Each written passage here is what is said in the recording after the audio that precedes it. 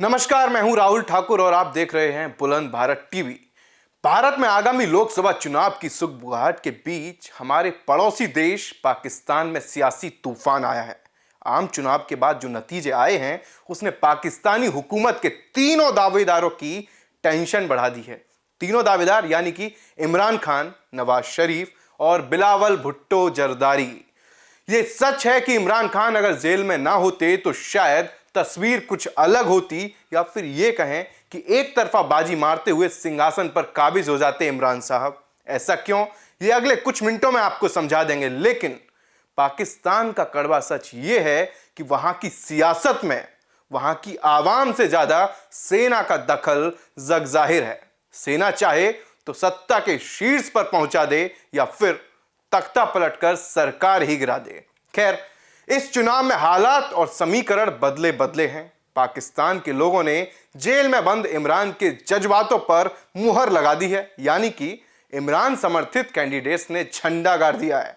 या फिर ये कहें कि इमरान खान ने जेल में रहकर भी नवाज शरीफ का गेम बिगाड़ दिया और सबसे ज्यादा सीटों पर पीटीआई यानी इमरान की पाकिस्तान तहरीक इंसाफ समर्थित उम्मीदवार जीते हैं, तो दूसरे नंबर पर नवाज शरीफ की पार्टी के उम्मीदवार हैं।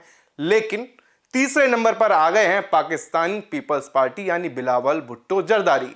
हालांकि बहुमत ना होने की वजह से तीनों में से किसी एक की सरकार बनना नामुमकिन है।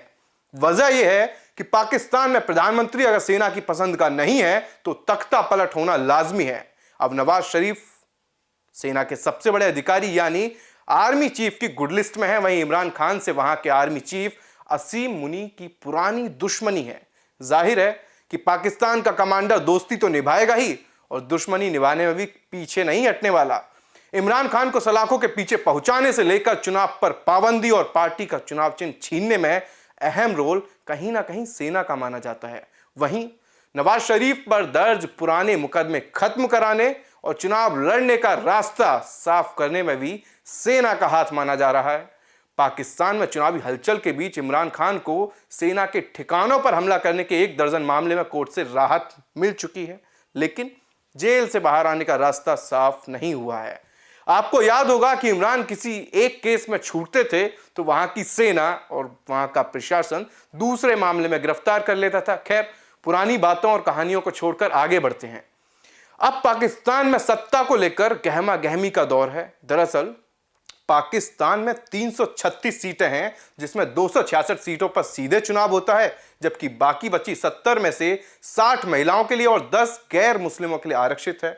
इस बार सीधा मुकाबला नवाज शरीफ और बिलावल भुट्टो के बीच था, क्योंकि कई मामलों में जेल गए इमरान की पार्टी का चुनाव चिन्ह चुनाव आयोग ने छीन लिया था। ऐसे में इमरान खान समर्थित उम्मीदवार निर्दलीय ही मैदान में उतरे और उनके 100 से ज्यादा उम्मीदवार विरोधियों को पस्त कर चुके हैं। अब ऐसे में पूरी संभावना यह है कि पाकिस्तान में मिली जुली सरकार ही बनेगी। संभव है कि पीपीपी यानी बिलावल भुट्टो के समर्थन से नवाज शरीफ की अगुवाई में ही सरकार बने, क्योंकि जिसे सेना का साथ मिलेगा उसी के सिर पर ताज सजेगा।